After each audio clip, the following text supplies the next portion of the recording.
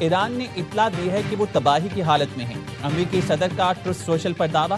صدر ٹرمپ نے لکھا، ایرانی چاہتے ہیں جتنا جلد سے جلد ممکن ہو ہم آبنائے ہرمز کھول دیں۔ ایرانی اپنی قیادت کے معاملات حل کرنے کی کوشش کر رہے ہیں۔ مجھے لگتا ہے کہ وہ یہ مسئلہ حل کر لیں گے۔ CNN نے دعویٰ کیا ہے، ایران چند روز میں جنگ بندی کے لیے ترمیمی مسودہ پیش کر سکتا ہے۔ ایرانی وزیر خارجہ عباس عراقچی روس کے دورے کے بعد تہران میں اعلیٰ قیادت سے مشاورت کریں گے۔ سپریم لیڈر مجتبیٰ خامنئی کے خفیہ مقام پر ہونے کی وجہ سے رابطوں میں مشکلات ہیں۔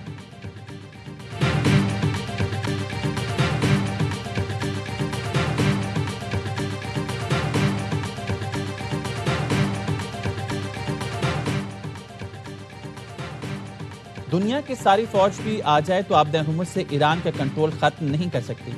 ایران کے سیکیورٹی کونسل کے ترجمان ابراہیم رضائی نے کہا، انہیں یہ بات سپاہ پاسداران کی بحریہ کے کمانڈرز نے بتائی ہے۔ رضائی نے مزید کہا، ایران کی اجازت کے بغیر 1 لیٹر پیٹرول بھی آبدہ ہرمز سے نہیں گزر سکتا۔ ایرانی فوج کے ترجمان محمد اکرم کا کہنا ہے، ہم اب بھی حالت جنگ میں ہیں۔ امریکہ اور اسرائیل پر ذرہ برابر بھی بھروسہ نہیں۔ جنگ بندی کے دوران بھی ایران اپنے اہداف اپ ڈیٹ کر رہا ہے۔ نئے جنگی ساز و سامان کی تیاری کا عمل بھی پوری شدت سے جاری ہے۔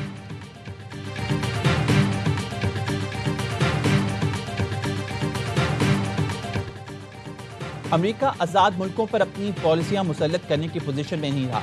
ایرانی نائب وزیر دفاع رضا طلائی کا بشقیق میں SCO وزراء دفاع اجلاس سے خطاب، کہا ایران دفاعی صلاحیتیں ایشیائی ملکوں کے ساتھ شیئر کرنے کے لیے تیار ہے۔ ایران دفاعی ہتھیاروں کی ٹیکنالوجی بھی منتقل کر سکتا ہے۔ رضا طلائی نے دعویٰ کیا، اب پوری دنیا امریکہ اور اسرائیل کو ریاستی دہشت گردی کی علامتیں سمجھتی ہیں۔ پاکستان کے وزیر دفاع خواجہ آصف اور ایران کے نائب وزیر دفاع کی ملاقات، دونوں رہنماؤں نے موجودہ صورتحال پر تبادلہ خیال کیا۔ رضا طلائی کی روسی اور بیلاروسی دفاعی حکام سے بھی ملاقاتیں ہوئیں۔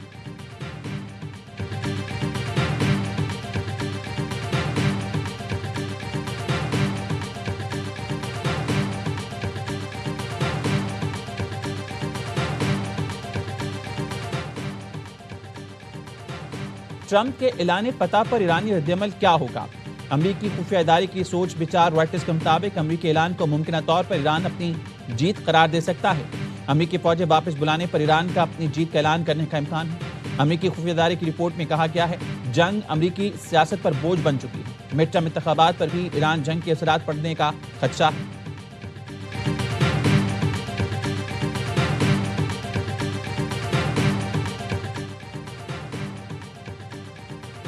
امریکی محکمہ خزانہ نے 35 ایرانی اداروں اور افراد پر پابندی عائد کر دی۔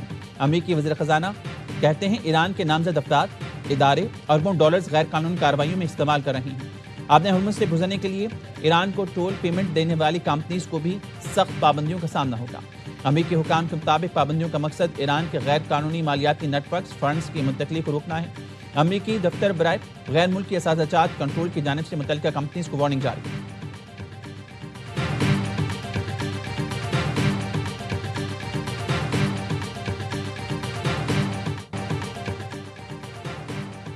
متحدہ عرب امارات کا اوپیک اور اوپیک پلس سے علیحدگی کا اعلان۔ اماراتی حکام کا کہنا ہے، فیصلے کا اطلاق 1 مئی سے ہوگا۔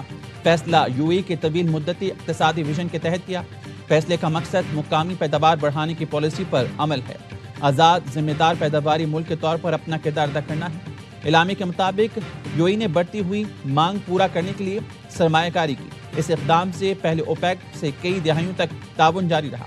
متحدہ عرب امارات کے وزیر توانائی کا کہنا ہے، یہ قدم ایک موضوع وقت پر اٹھایا جا رہا ہے اور خصوصاً آبنہ ہرمز میں موجود پابندیوں کے تناظر میں اس سے منڈی پر کوئی اثر پڑے گا نہیں۔ معاشی ماہرین کا کہنا ہے، متحدہ عرب امارات کا نکلنا اوپیک ملکوں کو متاثر کرے گا۔ عابد سلیری نے کہا، آبنہ ہرمز بند ہے، متحدہ عرب امارات پیداوار بڑھائے گا تو بیچے گا کیسے؟ UAE کم قیمت پر تیل دے گا تو اوپیک کو بھی کم قیمت کرنا پڑے گی۔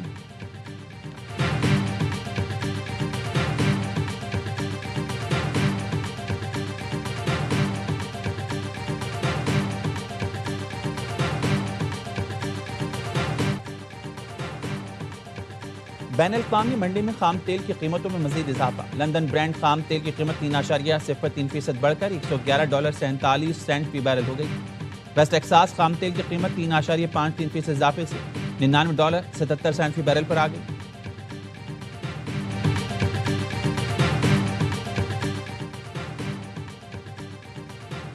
عالمی بینک نے توانائی کی قیمتوں میں 4 سال کے سب سے بڑے اضافے کا انتباہ جاری کر دیا۔ ورلڈ بینک کا کہنا ہے ایران جنگ کے باعث توانائی کی قیمتوں میں 24% اضافے کا خدشہ ہے۔ رواں سال توانائی کی قیمتیں 2022 میں روس یوکرین جنگ کے بعد بلند ترین سطح پر پہنچ جائیں گی۔ 2026 میں مجموعی اجناس کی قیمتوں میں 16% اضافے کا خدشہ ہے۔ برینٹ کروڈ کی اوسط قیمت $66 فی بیرل تک رہنے کی توقع۔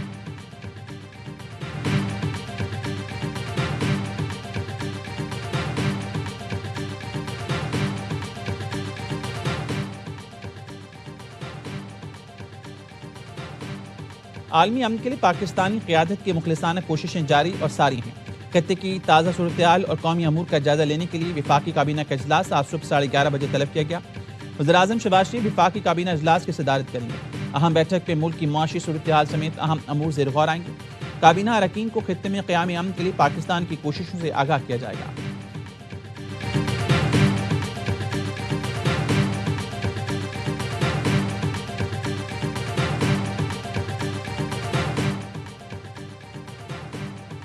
وزیراعظم شہباز شریف کا آئندہ ماہ دورہ چین کا فیصلہ، چینی قیادت سے ملاقاتیں کریں گے۔ مشرق وسطی بحران سے متعلق چینی قیادت کو اعتماد ملیں گے۔ علاقائی عالمی صورتحال پر بھی مشاورت۔ امریکہ ایران معاملہ بھی زیر بحث آئے گا۔ دورے میں دو طرفہ تعلقات، اقتصادی تعاون پر بات ہوگی۔ سی پیک منصوبوں پر پیش رفت ایجنڈے کا اہم حصہ۔ سرمایہ کاری اور نئے معاہدوں پر پیش رفت کا بھی امکان۔ دفتر خارجہ نے دورہ چین کے شیڈول کی تیاریاں شروع کر دی۔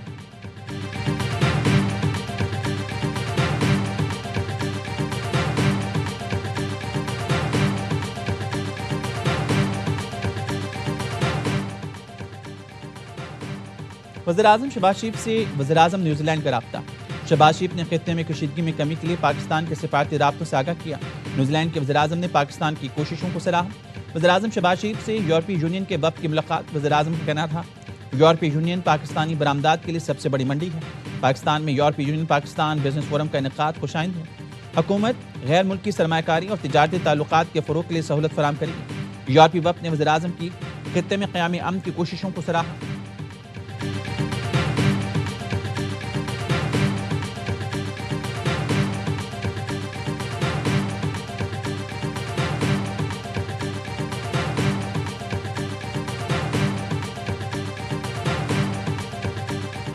پاکستان اپنی ذمہ داریاں بہترین طریقے سے نبھا رہا ہے۔ قطر جنگ کے خاتمے کے لیے پاکستان کی ثالثی کی کوششوں کی بھرپور حمایت کرتا ہے۔ قطری وزارت خارجہ کے ترجمان نے کہا پاکستان ثالثی پر مکمل بھروسہ ہے اور اسی کے ذریعے تنازع کے حل کا خواہاں ہے۔ سیکرٹری جنرل اقوام متحدہ انطونیو گوتریس کا نائب وزیر اعظم اسحاق ڈار کو ٹیلی فون۔ اسحاق ڈار نے پاکستان کی سفارتی کوششوں اور مختلف فریقین سے رابطوں پر آگاہ کیا۔ انطونیو گوتریس نے عالمی برادری پاکستان کی کوششوں کو قدر کی نگاہ سے دیکھی ہے۔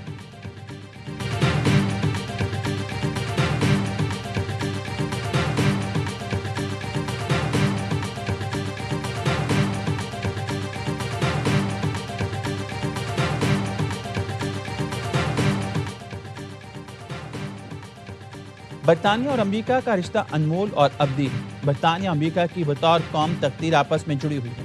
برطانوی شاہ چارلس ٹرمپ کا امریکی کانگریس سے خطاب، کہا یورپ اور امریکہ میں اتحاد آج پہلے سے کہیں زیادہ اہم ہے۔ کنگ چارلس کی پریس ڈنر شوٹنگ واقعے کی مذمت، کہا تشدد کی ایسی حرکتیں کبھی کامیاب نہیں ہوں گی۔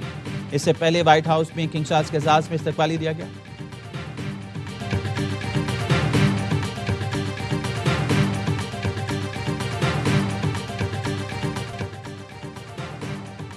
جسٹس محسن اختر کیانی کے اسلام آباد سے لاہور ہائی کورٹ تبادلے کی منظوری۔ جسٹس بابر ستار کا پشاور ہائی کورٹ تبادلہ ہوگا۔ جوڈیشل کمیشن اجلاس سے ججز کے تبادلے کی منظوری۔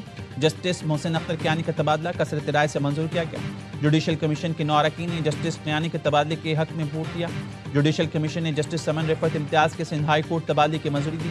جسٹس ارباب طاہر اور جسٹس خادم سومرو کے تبادلے کی سفارش واپس لے لی گئی۔ چیف جسٹس شاہجہاں آفریدی نے ججز ٹرانسفر کی مخالفت میں ووٹ دیا۔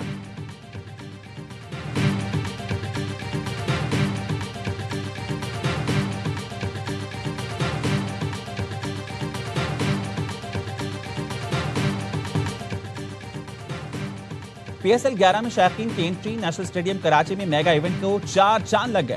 فینس نے آ کر کھلاڑیوں کا جوش بھی بڑھایا۔ ہر چوکے چھکے پر شور، اپنے پسندیدہ کھلاڑیوں کے لیے نعرے۔ شائقین ٹکٹ کے لیے دوپہر سے لائنوں میں لگے تھے۔ اسٹیڈیم آنے کی اجازت دینے پر پی سی بی اور وزیراعظم کا شکریہ ادا کیا۔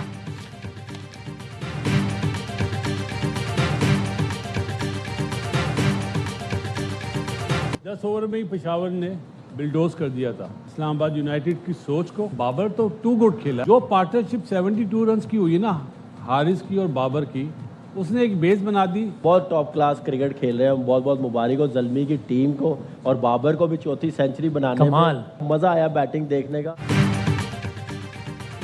سابق کرکٹرز کی بابر اور زلمی کو مبارکباد. پروگرام ہر لمحہ پرجوش میں اظہار خیال کرتے ہوئے باسط علی نے کہا پشاور نے 10 اوورز میں اسلام آباد کی سوچ کو بلڈوز کر دیا تھا. بابر اور حارث کی پارٹنرشپ نے جیت کی بنیاد رکھی. کامران اکمل نے کہا بابر ٹاپ کلاس کرکٹ کھیل رہے ہیں. پشاور کے ٹاپ 3 نے اسلام آباد کو گیم سے باہر کر دیا. اداکار عدنان صدیقی بنے مہمان سامنا کیا دلچسپ سوالوں کا. مصطفیٰ چودھری نے شعیب اختر کا روپ دھارا. عادی نے مزاح کا تڑکا لگایا.